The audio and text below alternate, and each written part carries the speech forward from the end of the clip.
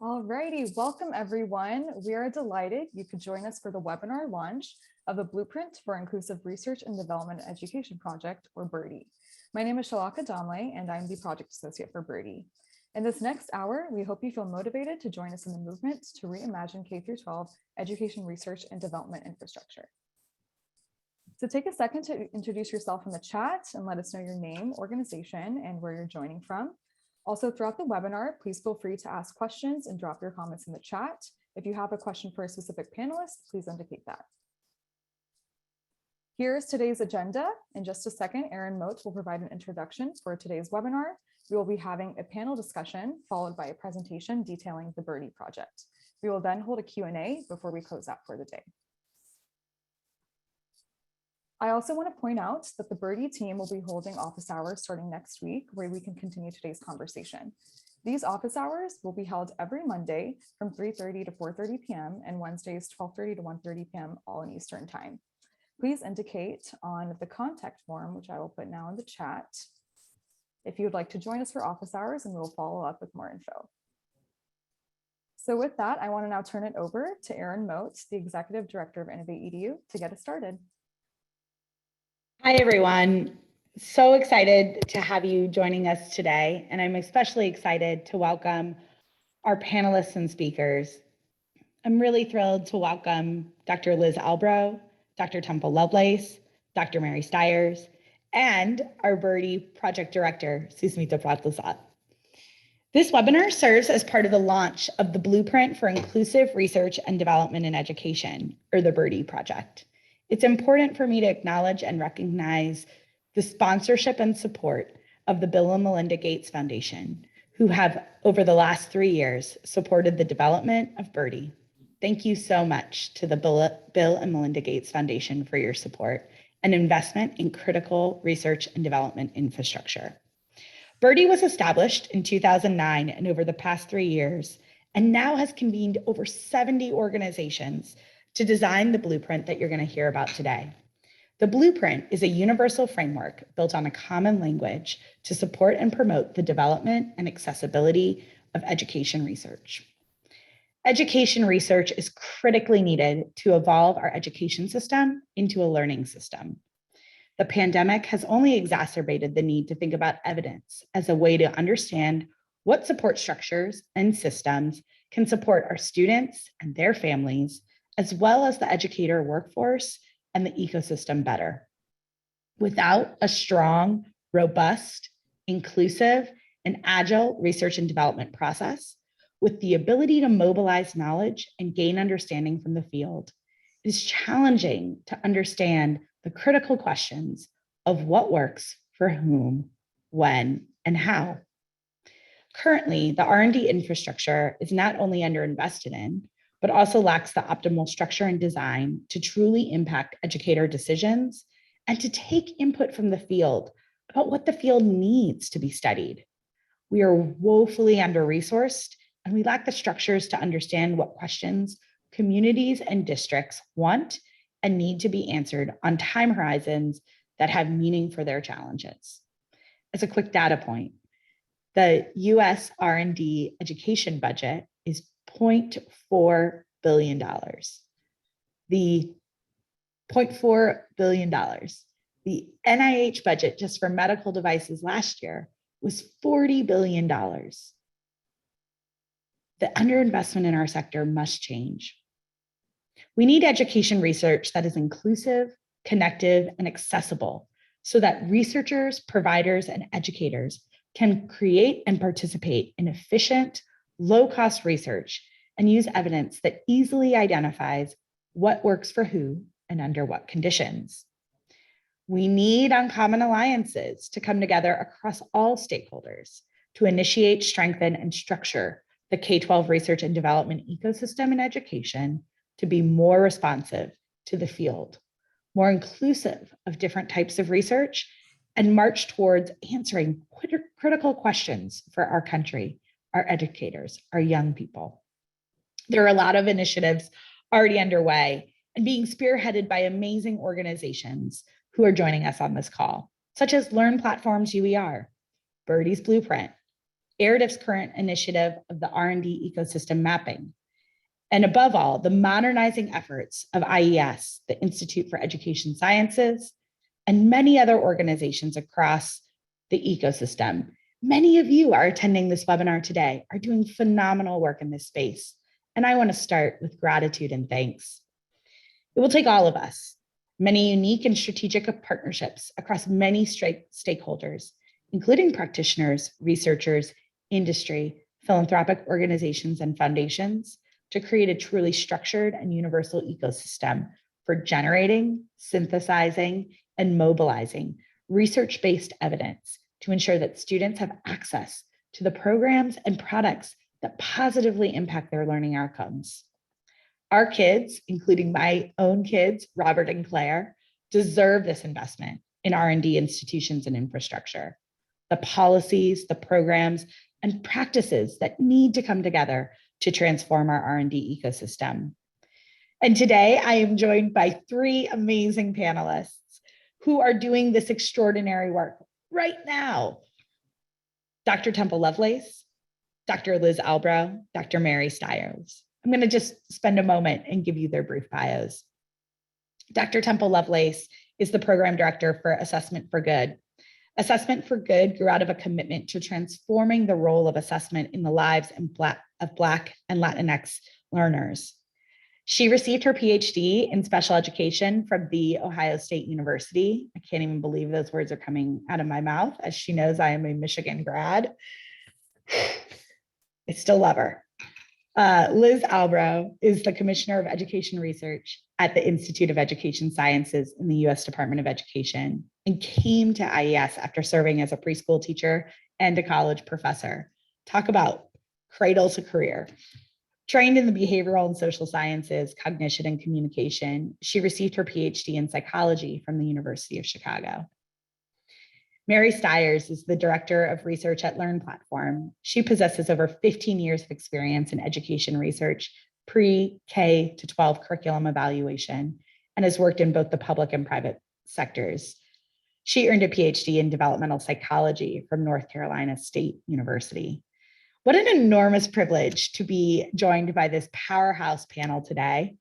And I'm so excited to hear from each of you regarding the work that you're doing, the urgency to reimagine the R&D infrastructure to improve student outcomes, and what's needed to do right now. Thank you for joining me today. Our first question, and again, as Shalaka said, please put your questions in the chat. And if they're for a specific panelist, go ahead and let us know who that question is for. First question for this panel. We know that currently we do not always see the kinds of deep connections between research and practice that we'd like to see in our field. Why is that? And what are some of the challenges? What are the challenges faced by practitioners in accessibility and discoverability of research? Temple, I'd love if you'd lead us off. Yes, thank you, Erin, for having me, this Buckeye, here today to talk about this. So for me, I have to ask what types of connections we're seeking and to what end.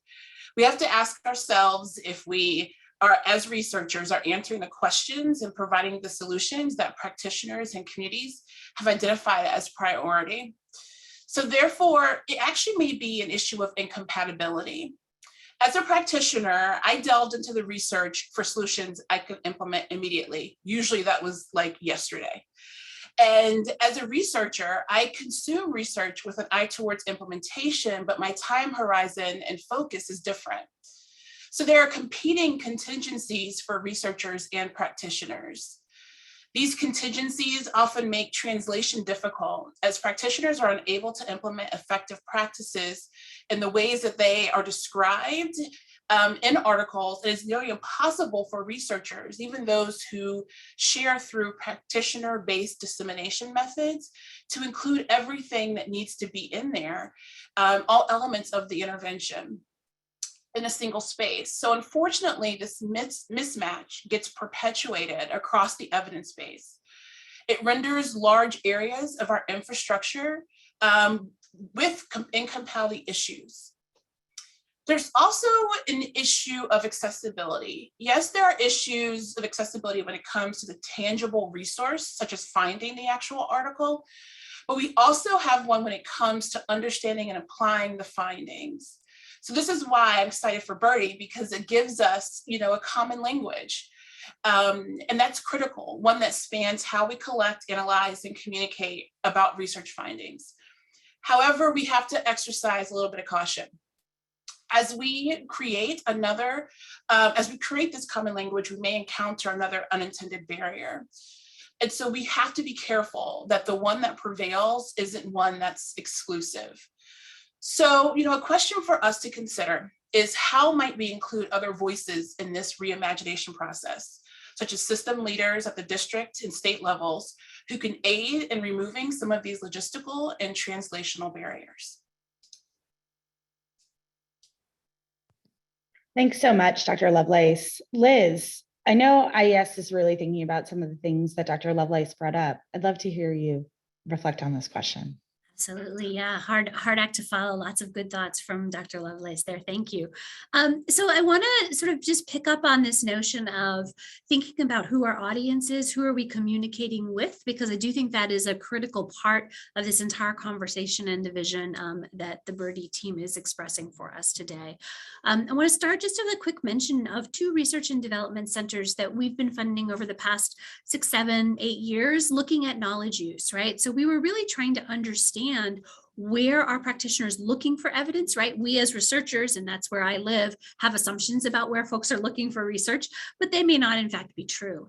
And one of the really interesting things that we learned is that different practitioners, right, who have different roles in schools, look for evidence in different places. So for example, one of our centers did a survey of school leaders, principals, superintendents, and discovered that where they look for evidence is in those nice books that have little tiny short summaries of the evidence for them, right?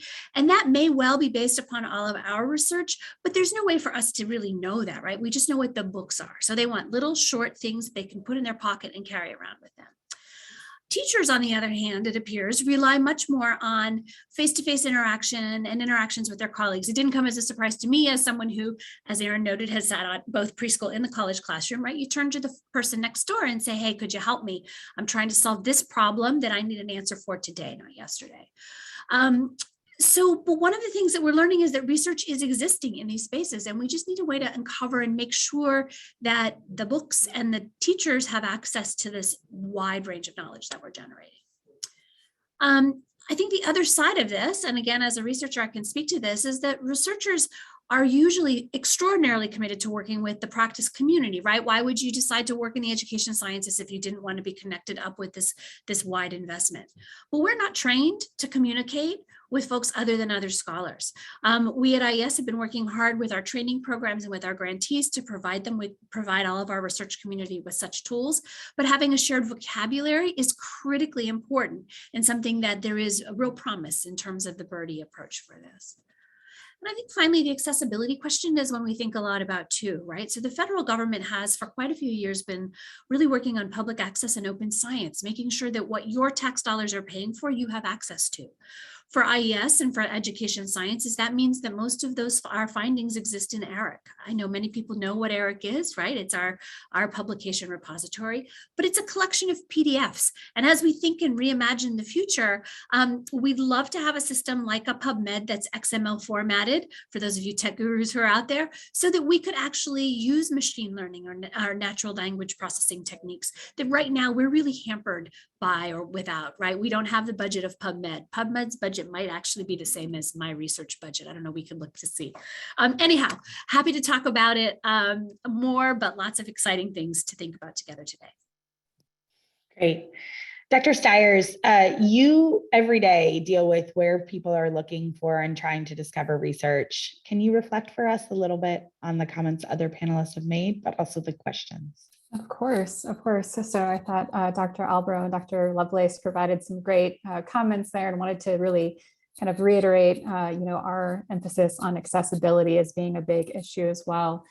So we think that, research is often too technical for practitioner audiences. So I was actually at AERA just a few weeks ago, and there was a superintendent there, Charles Dupree from the Texas Association of School Administrators. And he mentioned that there were many brilliant research minds at AERA, but he couldn't understand any of the results that were being shared. And that was a problem. And he also mentioned, that there were very brilliant people on his staff too, and we need to do more of sharing on both sides. So there's this problem of inaccessibility. There's too much jargon, and these important findings are really being lost in translation, which is a huge issue. And this is just a sentiment that we hear again and again in conversations with district administrators. We talk with district administrators on a regular basis. They often become lost when researchers get into the technical details and they start talking about things like study designs and analysis types. Even effect sizes, I think, can be very difficult for them to understand. And I recognize groups like IES and the US Department of Education are taking very positive steps in this direction by doing things like converting the effect sizes to the What Works Clearinghouse Improvement Index, which I think really helps to make it more accessible across a broader audience. So I think moving in that direction is beneficial. And then also, like the other panelists mentioned, we recognize that research and evaluations can be difficult to access. So some of these are reviewed by What Works Clearinghouse, which provides a lot of helpful information. As Liz mentioned too, there's things that are on ERIC, but there's also a lot that's unpublished or in journal articles that are behind paywalls and that are difficult to access from both a pricing standpoint, but I would also argue from a technical and jargon standpoint too. It's just not accessible to those practitioner audiences. So we need to change that. Thank you all so much. I often reflect that we need to figure out how to speak to be heard rather than just speaking. And it seems like that's a problem you all just highlighted. How does the research community and the practice community speak to be heard? How do each of your initiatives that you're working on, each of you are leading some really exciting work in this space that's trying to push at these barriers. How do they provide insights into the design of the R&D infrastructure that is more connected, more inclusive? What does that look like? Liz, I'd love if you'd lead us off. Sure, happy to do so. Thanks, Erin.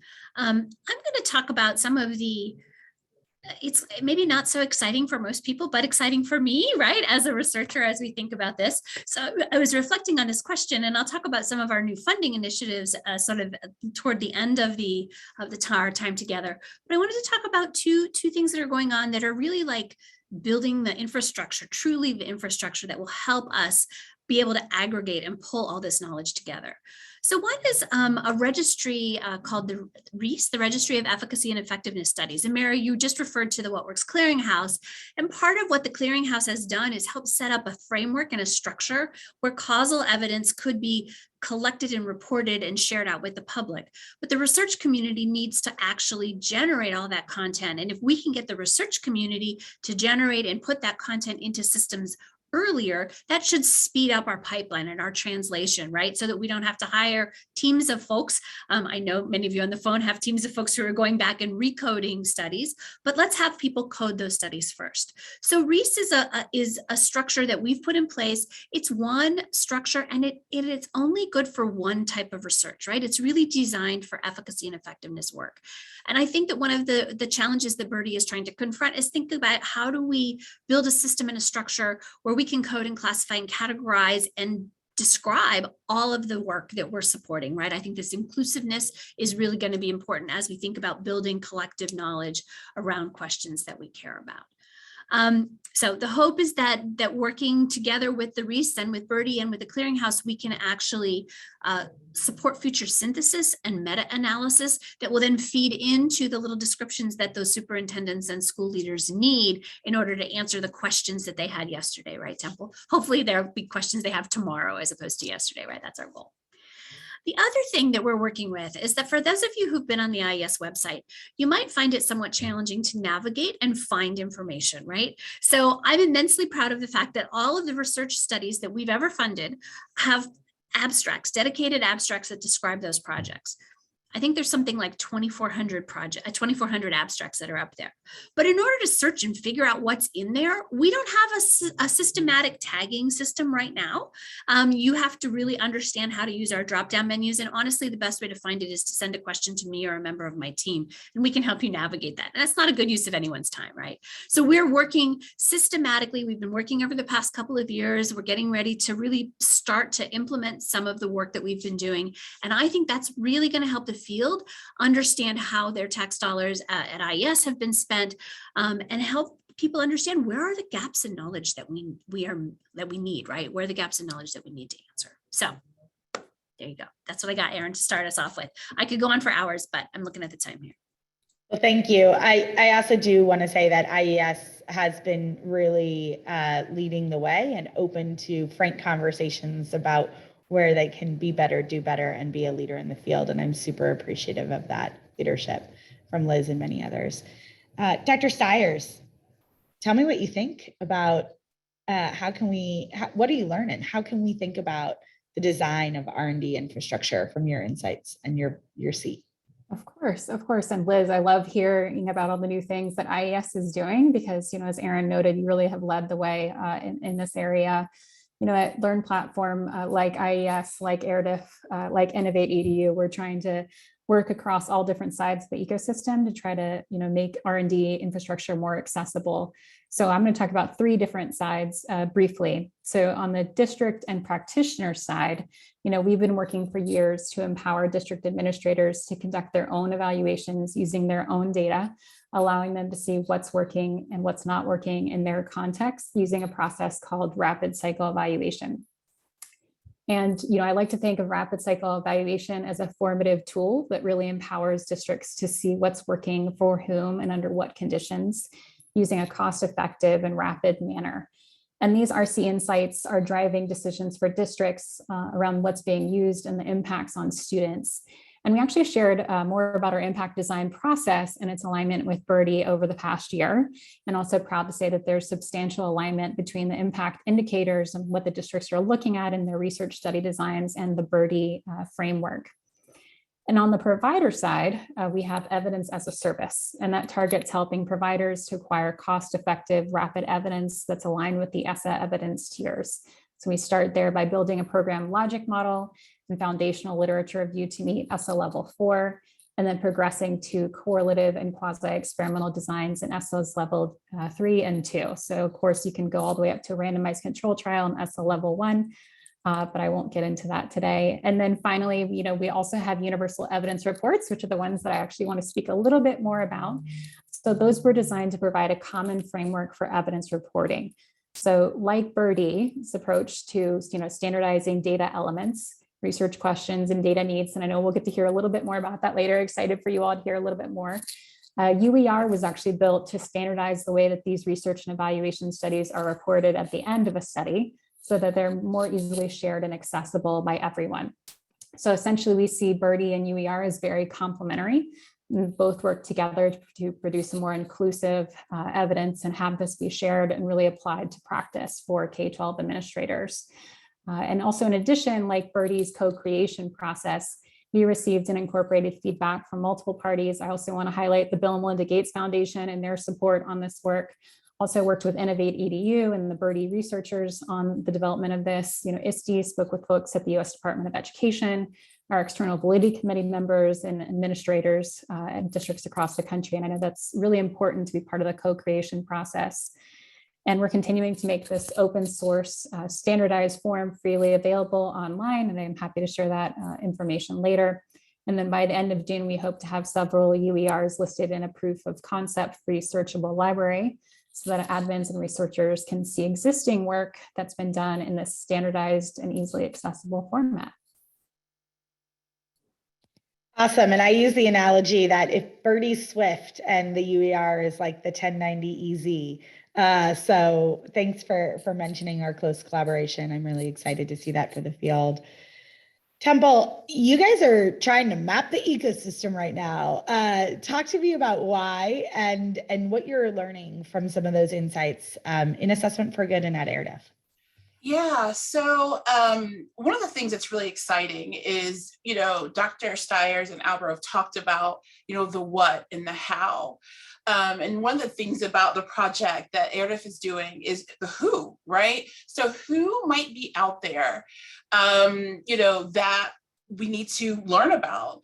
And so this project is focused on crowdsourcing an ecosystem map so that we can see who's involved and what impacts need to be made in the ed R&D landscape. And so one of our hopes is to uncover new individuals who can co-design the very capabilities that are needed in today's schools and communities. So this discovery will hopefully bring us new voices into the process. So what are the ways in which we can figure out what places have been overlooked? What ways can we figure out who's been underserved, and how can we ensure a better awareness and collaboration? This ed ecosystem mapping will also allow us to build with intentionality in mind, right? So once we know this information, we can figure out, what ways do we need to think differently, right, about the ways we're investing. So how might some people from policy, philanthropy, development, and public service, as well as people who are most proximal to our learners, such as caregivers and educators, reimagine this infrastructure? And so in our current system, we kind of have an identity problem. For far too long, only a select few have been stating what should be the leading indicators of what communities see as necessary, but maybe we haven't necessarily dug deep and really established some good solutions for our most intractable problems with those community members. And so as we all become more community engaged, we can proactively identify and address potential design and implementation challenges up front. And we can support local capacity building, increasing the promising pathways forward that are needed for systems change. I love that vision around equity and centering equity in communities, Dr. Lovelace. And I'm going to ask panelists to give me a bit of a lightning round so we can get to Susmita. So 30 seconds or less on this question, folks. And Dr. Lovelace, I really appreciate your comments about equity. It helps me center this question a little bit. How can we think differently about how to organize research and who needs to be involved to open up new opportunities for diverse and community engaged perspectives? So if that's what we want for the future of our ecosystem, how are we going to do it? And Mary, I'd love if you would lead us off. Dr. Stiers? And I'll try to be succinct. So maybe I'll try to stick to just 2 key sentences here. So, we've heard for a while that research practitioner partnerships are increasingly important, and I think moving forward, that's what we need to move toward. So practitioners really shouldn't feel like research is imposed upon them, but that it's done in partnership with them in order to really address the express needs of all parties. So I would say that that's my key takeaway for that question. Well, you have demonstrated the lightning round competency. Great job. I'm terrible at lightning rounds. Okay, so I've already done like 10 seconds. So I want to highlight 4 new things that are happening that are bringing in different parts of our communities, right? So some of you may have heard of CERNet, which is our investment in digital learning platforms and trying to repurpose them for research use. The hope here is that we're not burdening the communities by asking them to give us more of their time, but rather reusing the data that they've already given to their digital learning platforms to answer key questions. We're also in the midst of working closely with state longitudinal data systems and states to answer key questions. And one of the fascinating things that we're learning is that equity is the centerpiece of almost all of the studies we've already funded. States want to know how to address inequities or what's happening in their states. And finally, we're getting ready to review and then hopefully later in the summer to announce 3 new networks, all of which involve partnerships at the K-12 system, by K-12 in the K-12 system, in the community college sector, and partnerships focused on scaling. So Temple, to go to your point, to think about who needs to be at the table initially, what questions need to be asked so that what we're developing and designing can be ready to be scaled across the nation. All right, that was not 30 seconds. Sorry, Erin. Dr. Lovelace, bring us home. So, I was looking in the chat box and I saw a statement about defining. And so I want to just take a moment to let's think about what does equity actually mean, right? And for me, and how do we do it? And so for me, I think it's a 2-step process. And we have to ask ourselves, have we done both of these steps, or do we have intentional ways in which we're going to do both of these steps? So the first is, have we done that deep introspection around how we've actually gotten here, right? How have we gotten it wrong so that we know that we don't do that again? And then second, we have to determine the deliberate steps that we must take to center equity as the main outcome. So it has to go beyond a surface level approach, which is why I'm excited about hearing the things that Dr. Stiers and Albert are talking about, because it pushes us beyond that surface level. What are the ways in which we can think about changing, what we know, how we know what we know? What are the ways in which we can question our positionality in this system, right? And if we do those purposeful things differently, then the outcome has to be different on the other end. What a wonderful way to move to Birdie and why we built Birdie. Susmita, please join us. And I just want to end by thanking panelists. They'll be back for Q&A, so they're not quite done yet, but Susmita, please take it away. Thank you, Erin. And thank you to all our panelists for this wonderful discussion and insights into what this new era of R&D in education can be. So I really appreciate all the inputs and insights. But I also want to take this opportunity to give you an overview of the Birdie project that we've been engaged in the last 3 years or so and launching it publicly now. And not just to disseminate information, but also to invite the community of researchers, practitioners, industry leaders, standards bodies, education technology providers, and all other organizations that are doing like amazing work to engage in this work. Next slide, please. Yeah. So the Blueprint for Inclusive Research and Development in Education, or the Birdie project, was formed in 2019 as a diverse multi-stakeholder initiative with the goal to make R&D accessible and more inclusive. It has been focused on inclusivity and stakeholder engagement from its very beginning and inception. We aim to create a common language to make research more accessible and digestible, to bridge the gap between research and practice by creating a consistent articulation of data needs and facilitate equitable participation. We have drawn a lot of inspiration from the healthcare sector in creating this framework, particularly with the use of PICO framework, which is the Population Intervention Comparison and Outcome Framework, which is a tool to create well-formulated research questions. Additionally, we have used existing standards, frameworks, and measures and indicators to inform the creation of the framework that I'll present to you today. The mission and vision of this project emphasize that all stakeholders are part of this process, and it's an ecosystem of everyone working together. We believe that a common language can really help reimagine and restructure education infrastructure, where K-12 educators and providers can determine the correct interventions to positively impact and shape outcomes and learning. So there are different types of players in the ecosystem and stakeholders in the ecosystem. We have the data generators, the warehouse organizations, data evaluators like researchers and research practice partnerships, data synthesizers like IES, Workforce Clearinghouse, ERIC, data mobilizers, and finally the consumers who are looking at research, working with research to inform their decisions every day. And each of these stakeholders interact with education research in some form or the other. All these stakeholders have challenges that our great panelists have already talked about a little bit already, but there's a lack of consistency and absence of a universal and shared language in data collection. It not only makes research expensive, but also provides limited means to replicate and much longer to be actualized. All these challenges contribute to the widening gap between researchers and practitioners.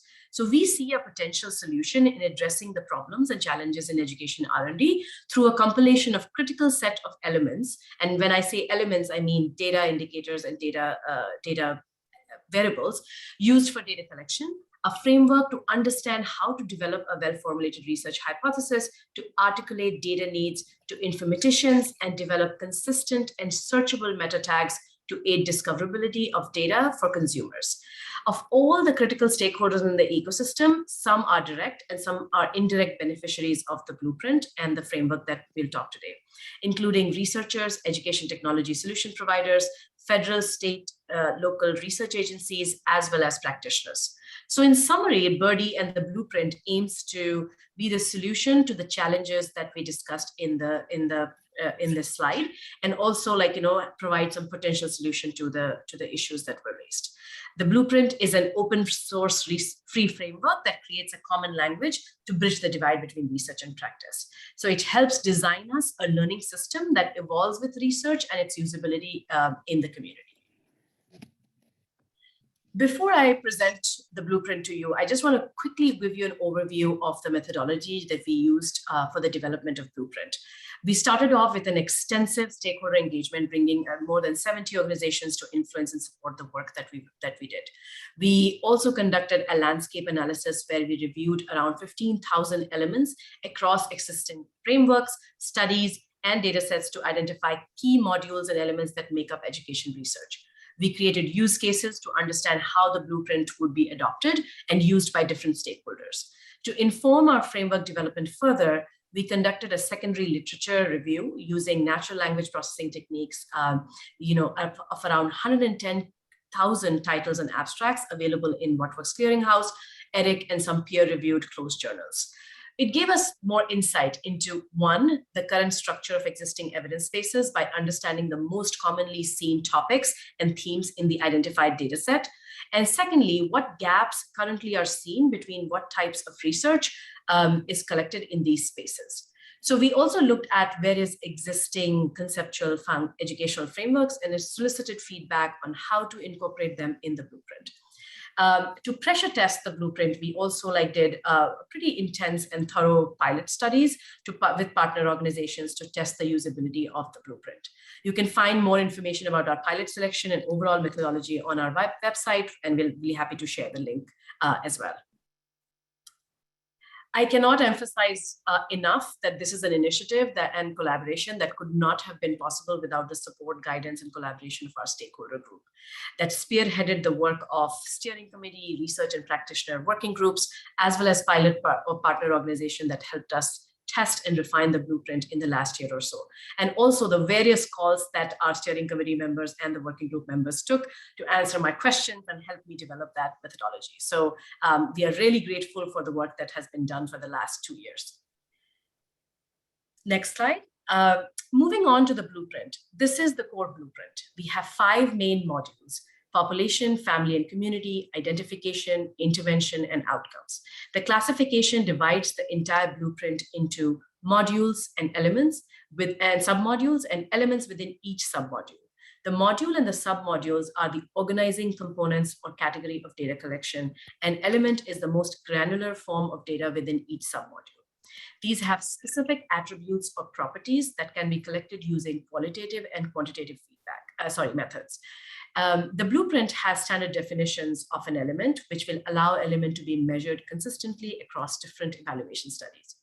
As you can see, there are more elements in the population and intervention modules, and this is specifically to emphasize the critical information on population and intervention needed to, one, answer the questions about what works for whom and how and under what circumstances, and help other decision makers identify the interventions that would work best for their student groups based on the population characteristics and intervention details in the research studies that they review from the evidence repositories.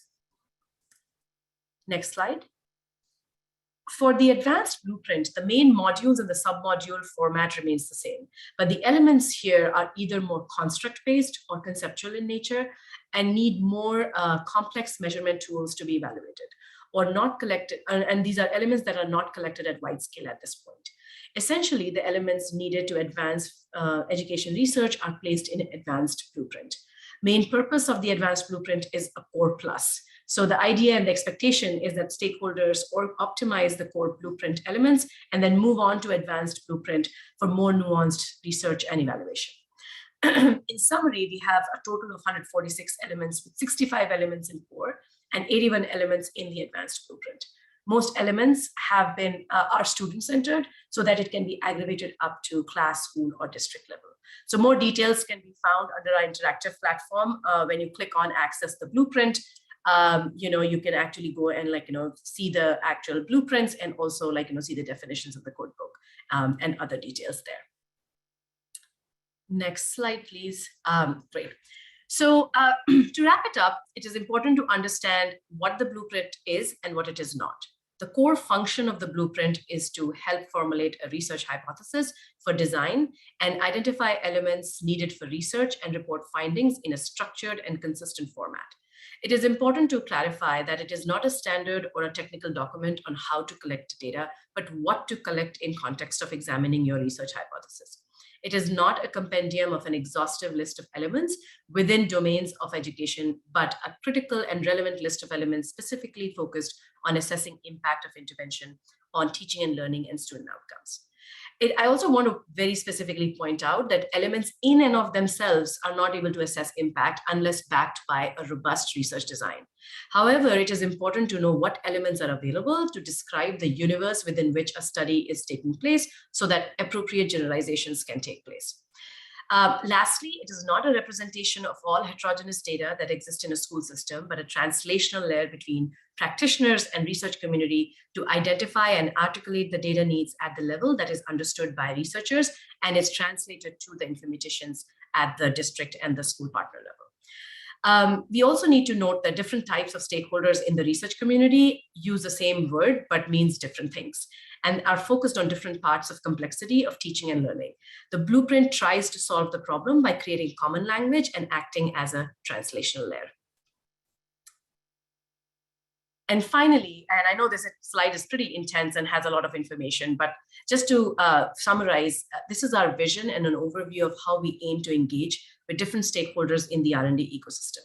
As mentioned before, with researchers, we anticipate that they will create a well-formulated research hypothesis in alignment with practitioners and use the blueprint as a translational layer to articulate needs to their data information teams. With EdTech providers, we hope that they will align their own schemas and frameworks with the blueprint to signal the practitioners community of being highly aligned with the research needs of the community and have the ability to collect data needed for robust impact evaluations of interventions. This will be a helpful service to decision makers who are trying to understand what works for student groups, for their student groups, and make procurement decisions. With government agencies, we anticipate that the blueprint will allow and inform the meta tagging systems and standardizing submission and reporting requirements to enhance comparability and discoverability and eventually accessibility. With all these levers pulled across different stakeholders, we believe that practitioners will become direct beneficiaries of the efficiencies brought in the R&D system, such as in design, cost, reporting, as well as use of research to inform their own practice. I would urge you to review our methodology and the pilot use cases on our website, and also invite you to engage in a dialogue for use and refinement of the blueprint. But before we go further into the Q&A section, I would transition this over to Shalaka, my team member, who will give you a little bit more information on the engagement process. Shalaka, over to you. Wonderful. Thank you so much, Susmita. So I hope you all gained a better understanding of the Birdie project, and we really hope you continue to engage with us further. So at the bottom of the slide, you'll see our social media handles, as well as our website. We will promote our upcoming events and updates on social media. I'll also put the contact form in the chat. Through the contact form, you can let us know different ways that you want to engage with us, such as attending office hours. Like mentioned, we have them on Mondays and Wednesdays, where you can ask more specific questions about Birdie and the blueprint. Recommend networks, individuals, organizations that you think might benefit from knowing more about the project. We provided with an informational toolkit that you can also share within your network or receive updates about future events. So now we'll move on to our Q&A. Thank you so much to those who inputted your questions into the chat. We will try our best to answer as many as we can. If we don't, we'll be very happy to follow up with you later. Of course, you can always come to office hours where we can discuss your question more in detail. You can also tweet at us to ask your questions. We'll be happy to follow up with you on Twitter. So yeah, with that, we can go ahead and get started. So with our first question from Jeff Livingston, directed towards Dr. Albro, is there a body of research about how academic research does and should best be translated for classrooms and schools? Are there ways you might suggest that school systems who suddenly have more and better funding than ever before might leverage those temporary resources to improve the role of research in teaching and learning? Thank you. That's a really interesting and important question. I have sort of two quick responses. The first is that the Center for Research Use in Education at the University of Delaware, which is one of the two research and development centers that I mentioned, is actually trying to generate information and resources that can be of use for folks as they're trying to think about how to translate that work. It's a work in progress. We're getting there. We're trying to learn from science communication in general, but I think there's a lot more that we can do together as we're trying to respond to trying to figure out how to translate and translate's the worst word, right? Trying to figure out how to communicate with our communities about the research that we are developing. The second part of this question was how do we work with school systems that are having all of this funding to figure out how to leverage these resources and to make sure that they're using evidence and generating evidence, I think, as part of this process. So the two of the new research networks that I mentioned that are engaged in or will be engaged in pulling together networks of folks who have ARP funding. And the whole intent is to build a body of knowledge about how they're using this funding to address key problems on the ground that the practitioners have identified, and then building and accumulating and sharing that knowledge out as part of those networks. So my hope would be that we will learn how research is being used in the context of this immediate need that we're having right now and be able to share that with the community broadly going forward. Happy to answer more questions too if you want to follow up later. Wonderful, thank you. The next question we have is from Jason Atwood. Jason says, I'm curious if you think data standardization efforts like EdFi would accelerate or deepen data mapping and evidence into action translation efforts. Dr. Stiers, we would love to hear maybe your insight in this question. Of course. And so I'm certainly aware of the EdFi standards. I think that's a great initiative. I think those standards can potentially help on our end when we work with districts and standardizing the type of achievement and SIS data or student information system data and usage data that's required for rapid cycle evaluation reporting. That's something that we're actually investigating at LearnPlatform currently, and we'll have more in the future on that.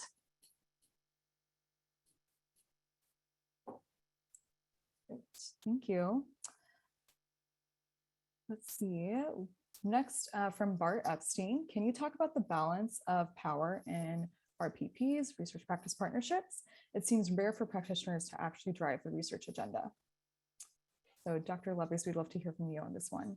Yeah, first, I think this is one of those questions that we have to think deeply about, right? And there's lots of different ways in which it can be answered. But I will start the process now, and I'm sure, in follow-up materials, we can continue the conversation. But, an assessment for good, the work that we do there is that we want to ensure that practitioners actually drive the research agenda by implementing 3 checks. The first is ensuring that they are part of the process from the beginning. So when we're exploring potential solutions and generating research questions, we want to ensure that we are connecting with practitioners at that point. Second, we implement a process of rigorous co-design. So it isn't a process where we're coming to educators and other practitioners with an idea in which we solicit their feedback, almost like a checklist, and say, oh, we got their feedback, let's move forward. But instead, we want to engage in a true collaborative approach. And then lastly, we would encourage that these inclusive R&D teams have open conversations around the barriers that actually exist for them driving the agenda. So some of that is culture setting, and other times it's designing a research approach that specifically allows for that. So again, I think for us as an example, that starts the conversation, but I'm sure we'll continue to have it as we continue the larger conversation around the things that we're gathered here today around.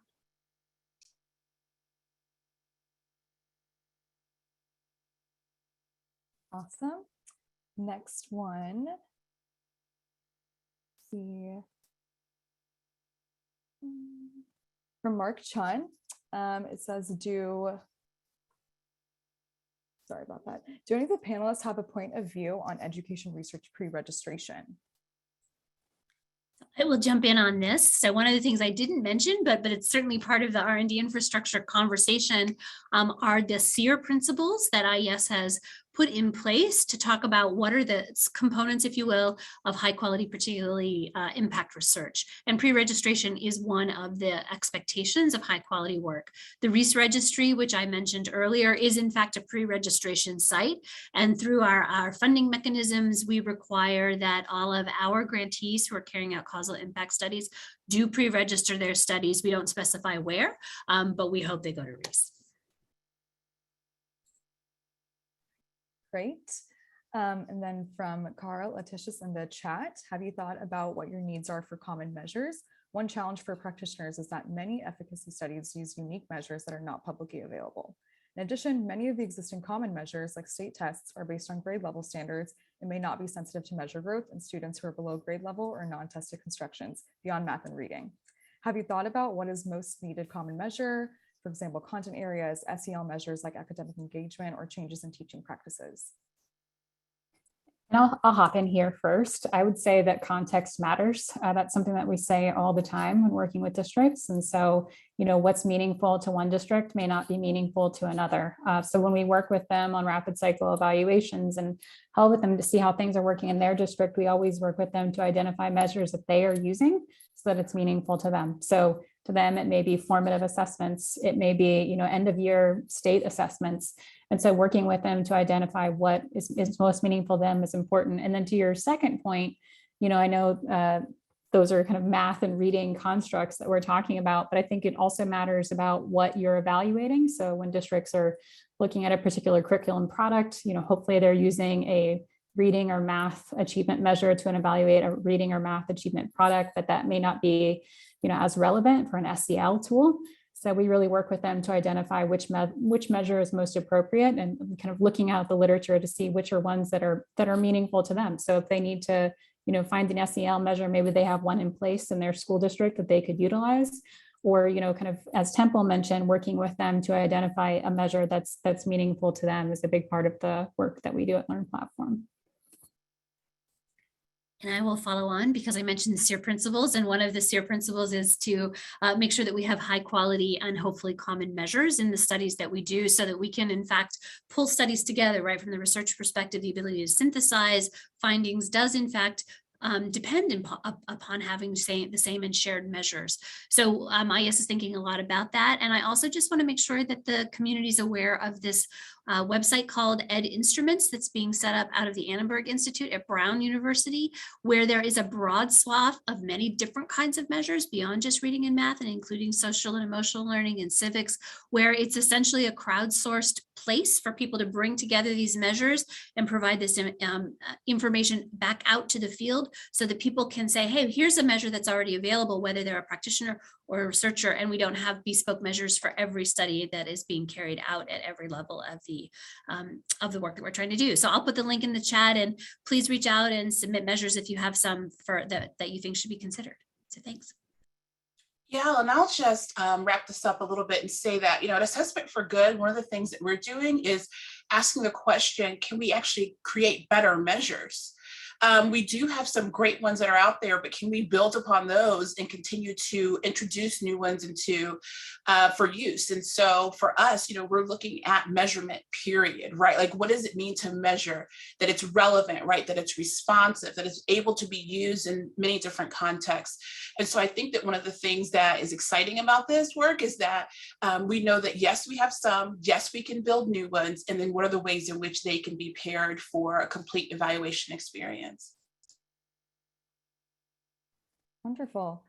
So from Britt Chang, how does the blueprint help to support that kind of engagement between research and practice and setting the research agenda?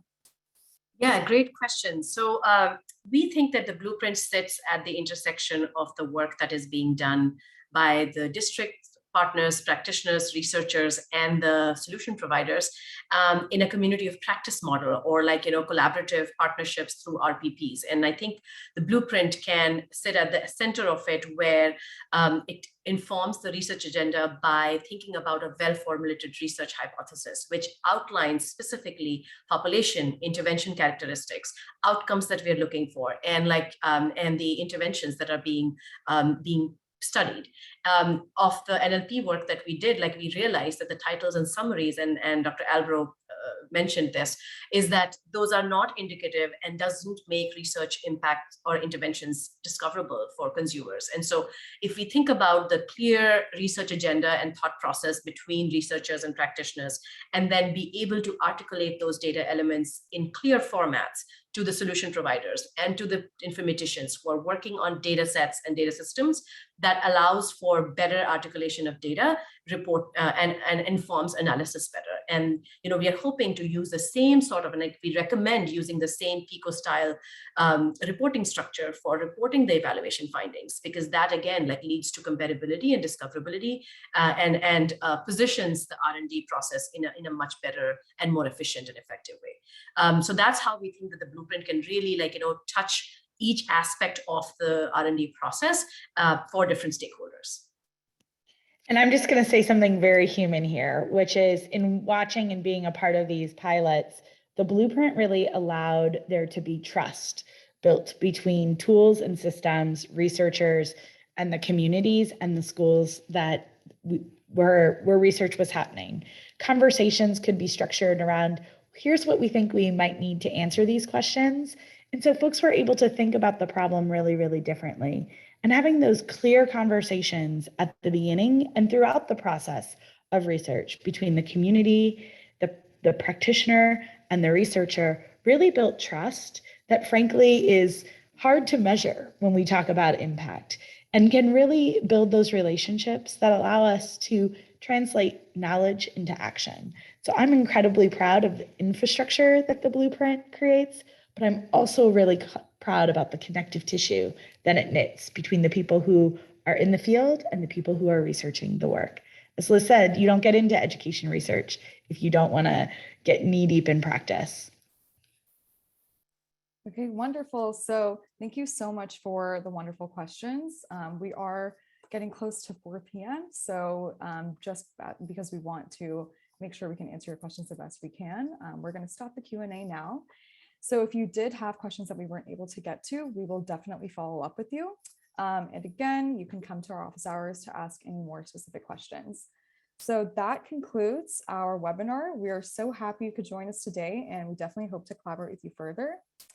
I will just put our social media handles and some contact information here again for y'all to take a glance at. So we will be following up with the recording of the webinar as well as the presentation for your review.